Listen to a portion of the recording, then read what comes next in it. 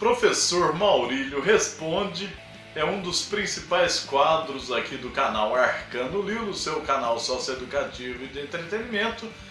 Professor Maurílio Responde é um quadro no qual eu procuro responder de uma forma sucinta algumas perguntas genéricas de meus alunos, tanto presenciais quanto virtuais, e também perguntas de amigos internautas. Se você tem uma pergunta aqui para o professor Maurílio no canal Arcano Lilo, basta deixar aí nos comentários deste vídeo ou enviá-la por meio do e-mail poetamaurilio@hotmail.com.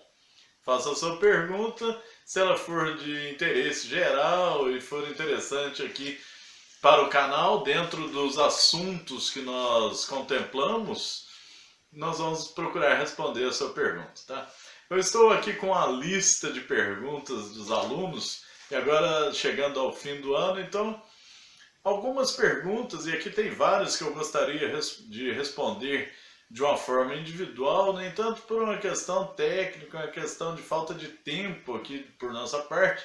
Eu vou responder a várias aqui neste vídeo de agora, tá, pessoal? Então tem uma pergunta da Mariana aqui. Qual é a maior palavra que existe no dicionário ou no vocabulário brasileiro, que ela falou? Eu vou tratar da língua portuguesa. Quando eu era garoto no colégio, a maior palavra de língua portuguesa era anticonstitucionalissimamente, com 29 letras. Era a maior palavra não técnica. Ela ainda é a maior palavra não técnica dicionarizada em língua portuguesa. Tá? E a segunda é oftalmotorrinolaringologista, com 28 letras. Depois, inconstitucionalissimamente, com 27 letras. E otorrinolaringologista, 22 letras. Mas, isso quando eu era estudante, né? Mas no ano de 2001... o dicionário Allwise catalogou a maior palavra de língua portuguesa registrada a partir de 2001 pelo dicionário Allwise. É difícil de falar, pessoal. Eu vou soletrar aqui para vocês, tá? São 46 letras. É uma palavra técnica do campo da medicina. Pneumotramicoscopissolicovulcanoconiótico, com 46 letras. Eu vou repetir, isso aqui é muito complicado de falar, mesmo a gente que tem uma certa familiaridade com as palavras, tá? Foi uma pegadinha da Mariana, mas eu vou repetir. Pneumotramicoscopissolicovulcanoconiótico. Essa palavra descreve a pessoa que possui doença pulmonar causada pela inspiração de cinzas vulcânicas. É palavra de 46 letras, dicionarizada pelo Allwise.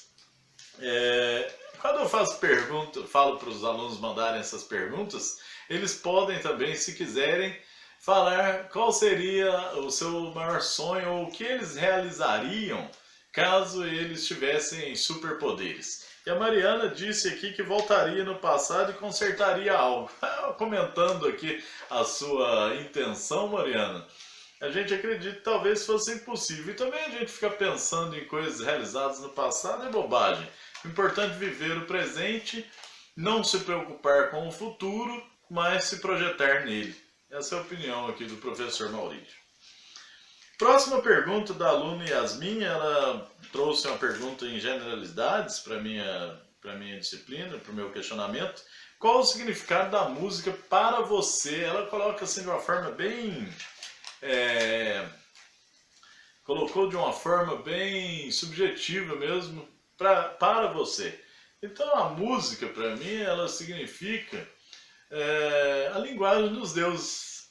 Para mim, a música significa a linguagem dos deuses. A música é uma maneira de expressar o sentimento, uma maneira de acessar as emoções, uma maneira de expressar as emoções e também é uma maneira de se comunicar com os outros, né?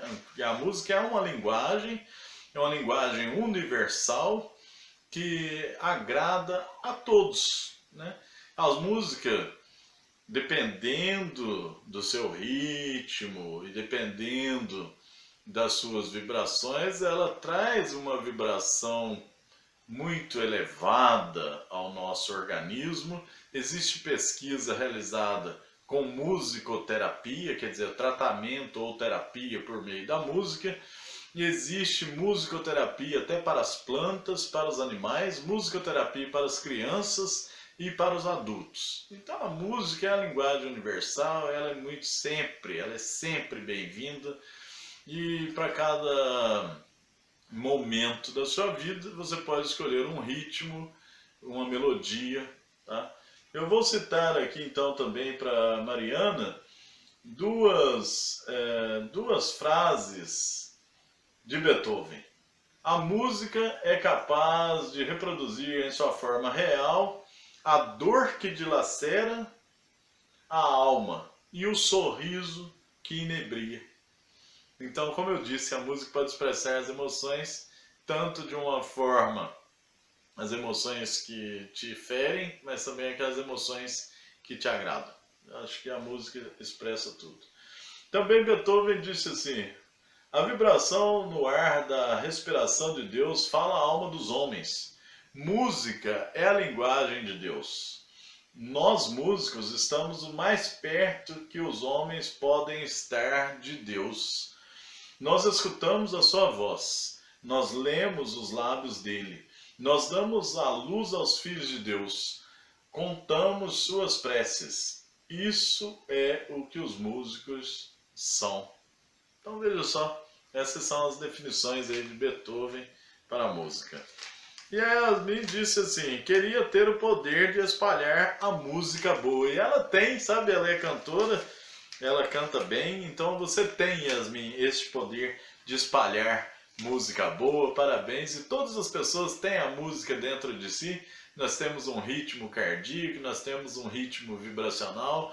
Nossos chakras também emanam hertz, né? Que é frequência musical. Então, aproveitar a música é sempre importante. A música sagrada, há cantos sagrados, há palavras sagradas, ou através de mantras, através de orações, e a música como forma de exaltação também do ser divino que há em nós. Maria Eduardo fez uma pergunta bem simples e direta. Quantos anos você tem? Vou revelar aqui no canal. Completei 45 anos no último dia 24 de novembro. Satisfeita, Mariana? Aliás, Maria Eduarda. Nicolas pergunta: por que a nação brasileira tem o alicerce na corrupção? Bom, não acredito que o alicerce da nação brasileira seja na corrupção. O povo brasileiro é um povo honesto, é um povo trabalhador, tá? Eu me lembro, por ocasião da Eco 92, não sei se alguém aqui no canal vai deixar algum comentário sobre isso aqui, tá? Mas na Eco 92, o presidente dos Estados Unidos pediu um aparato militar nas ruas, dizendo que para ele vir ao Brasil ele tinha muito medo e ele queria que tivesse uma segurança imensa. Pois no documento que ele enviou ao Brasil, ele inclusive chegou ao cúmulo de dizer que corrupção e violência eram coisas endêmicas no Brasil, quer dizer, pertencendo à nação, a todas as pessoas. E o Itamaraty, à época, solicitou mesmo que o presidente dos Estados Unidos se retratasse. Na época, o presidente era o Bill Clinton. E ele teve que se retratar para entrar no Brasil, tá? Ele fez um documento de retratação, retirando essas palavras. Não acredito que a corrupção seja o alicerce da população brasileira. O alicerce da população e do Brasil é a alegria. O alicerce do povo brasileiro é a alegria, e a alegria é uma das vibrações mais elevados do ser humano, se não for a vibração mais elevada. No entanto, o que nós temos no Brasil é uma corrupção instalada em setores públicos, como a política, principalmente. Isso é péssimo para o povo, é péssimo para a nação, e chega ao ponto de formar esse lugar comum, esse pensamento que nós chamamos em filosofia como... Nós tratamos isso de senso comum, né? Traz o senso comum dizendo que a corrupção é o alicerce da nossa nação, mas não é o alicerce do povo, o povo não está baseado em corrupção. Agora, existe a lei do Gerson, é aquele que quer levar vantagem em tudo. Isso existe, mas não é só no Brasil, é no mundo, tá? E porque é o egoísmo da pessoa, o egoísmo está presente em todo ser humano e a gente tem que aprender a lidar com esse egoísmo e a tratar o egoísmo, porque o egoísmo chega a ser, dentro do capitalismo também, uma patologia, né? A personalidade egocêntrica. Então nós não temos alicerce em corrupção, nós temos problemas de corrupção. E é um problema que nós temos que denunciar e temos que combater. Agora, muitos políticos corruptos se elegeram sob a égide de combate à corrupção. Então veja como é contraditório. Aí sim, existe uma falta de ética, mas não é tradicional de todo o povo brasileiro, não é pertencente a todo o povo do Brasil. Tá? Não é a característica do Brasil. A característica do Brasil, eu diria, entre outros, é a alegria e a multiculturalidade. O aluno Nicolas disse que se pudesse ter um poder infinito, seria a sabedoria. Muito boa a sua escolha, me faz lembrar a história do rei Salomão. Em outra ocasião, eu vou voltar aqui com essa história sobre sabedoria a partir do conto do rei Salomão. Tá bom, Nicolas?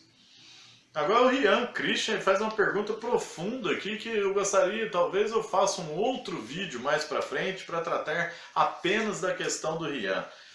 O que é filosofia? Porque aqui no canal também a gente gosta de falar um pouco de filosofia, tratar de uma forma simples, porém adequada aqui sobre filosofia. O que é filosofia? Primeiro vamos definir a palavra filosofia. Philos, amigo, amante, aquele que ama. E sofia, sabedoria. Então, ao pé da letra, a filosofia seria o amante da sabedoria. E segunda definição para a filosofia. A filosofia clássica, a partir de um livro que chama A História da Filosofia, de Will Durant. Então, já estou dando aqui a dica de leitura. É uma dica de leitura densa para aquelas pessoas que se interessam por filosofia. Já que o Ian perguntou disso, pode ser que ele queira ler esse livro. A filosofia clássica está dividida, estou falando a partir do livro do Will Durant, né? Tem outros teóricos mais contemporâneos, mais atuais, que vão definir melhor para você. Mas, de uma forma clássica, a filosofia está dividida em 5 partes. Ética, estética, lógica, metafísica e, pasme, política. Seria uma parte, então, da filosofia. Isso é a definição de filosofia. Filosofia clássica dividida nessas 5 partes que eu falei. Se vocês acharem muito denso ler o Will Durant, que eu estou recomendando, vocês poderiam ler, eu recomendo a todos aqui do canal, o livro Mundo de Sofia.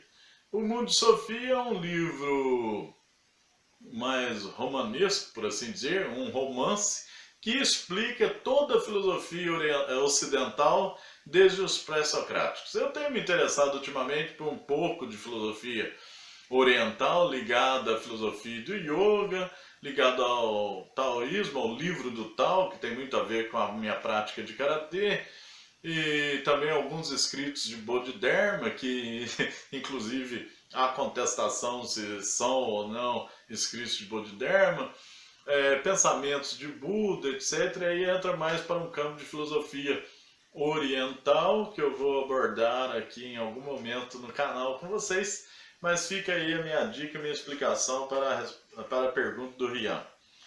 E o Rian disse que se tivesse, o que você faria se tivesse o poder de realizar um grande desejo? Ninguém que eu amo morreria. Eu já falei em outra situação aqui também, no Professor Maurílio Responde, que a morte é apenas uma passagem. A morte é parte integrante da vida e nós devemos reconhecer como algo natural que pertence a todos os seres vivos, né? Faz parte da vida o transformar-se por meio da morte. Então tudo fenece.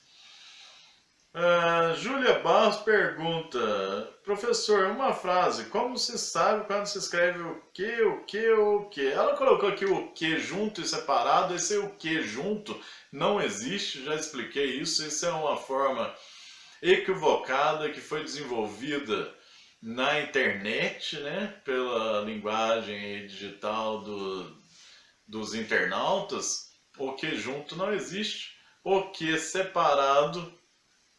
E o que com acento, o que com acento seria o que da questão, né?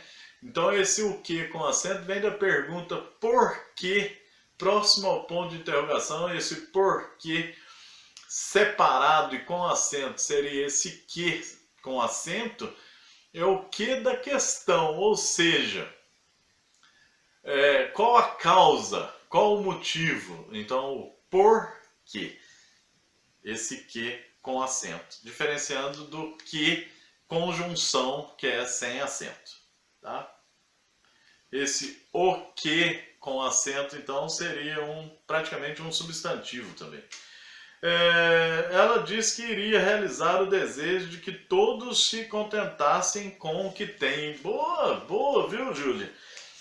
A contentação ou contentamento com aquilo que se tem é a base da alegria e da felicidade. Uma pergunta sem nome aqui, mas por que você quis dar aula de português? Essa é a pergunta, sim, do Marco Natan. Olha, eu quis dar aula de português porque através da língua portuguesa, através das minhas aulas de linguagem, né? Tradicionalmente o nome é professor de português, mas eu me considero um professor de linguagens.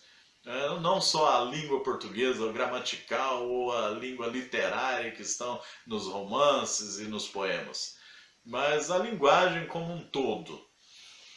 Mas como professor de português, o nome tradicional é esse, eu posso então falar de linguagens, eu posso levar o pensamento, como eu acabei de falar aqui de filosofia, mas eu descobri no decorrer dessa minha jornada de 26 anos para 27 anos como professor de língua portuguesa, que eu posso ajudar na expansão do pensamento, a expansão da mente e a autonomia, criar autonomia no pensamento e criar autonomia no comportamento também dos alunos. E sempre evidenciando a liberdade como algo intrínseco ao ser humano. Então é por isso que eu quis dar aula de português. Mas ainda vou voltar nessa questão. Tem uma outra pergunta aí de uma aluna, como que eu comecei a dar aulas de língua portuguesa, então eu vou voltar ainda nessa questão aqui, tá? Mas basicamente é isso por agora. Tá bem, Natan? Ele disse que se tivesse um grande poder, gostaria de criar um mundo onde não teria dor e nem sofrimento. Bom, basicamente dor e sofrimento também podem ser frutos das escolhas que nós fazemos, mas também é algo intrínseco ao ser humano, né? Viver e pensar às vezes dói, viver às vezes causa dor, causa sofrimento. O importante é nós não nos apegarmos a isso e entendermos que tudo que nos acontece é para nosso próprio crescimento e amadurecimento nesta passagem pela vida, neste curto período que nós estamos aqui entre o nada e o nada, acontece a nossa vida, pela qual nós devemos ser gratos sempre e adotarmos uma atitude positiva frente a todos os acontecimentos, sejam eles de prazer ou de dor. Tá bem, Nathan? A Sara pergunta: De onde surgiu a literatura? Uau, essa pergunta é profunda, não dá para abranger de uma forma assim tão rápida, mas eu diria basicamente que a literatura ela começa mesmo com as escritas rupestres. Na verdade, começa com a literatura oral, quando as pessoas começam a falar e contar as suas histórias. E as escritas rupestres talvez sejam ainda antes dessas histórias orais, né? Então, elas começam a escrever lá lá nas cavernas. Os historiadores também de artes, eles vão dizer que a arte começa com a escrita rupestre. Olha que interessante. A literatura é uma arte, a arte pictórica, então, ela é fundante para a literatura e para as artes visuais. Talvez seja lá que comece a literatura e também com essas histórias orais que eu falei. A Sara diz que realizaria o sonho de ser sargento. Não é preciso superpoderes para isso, tá, Sara?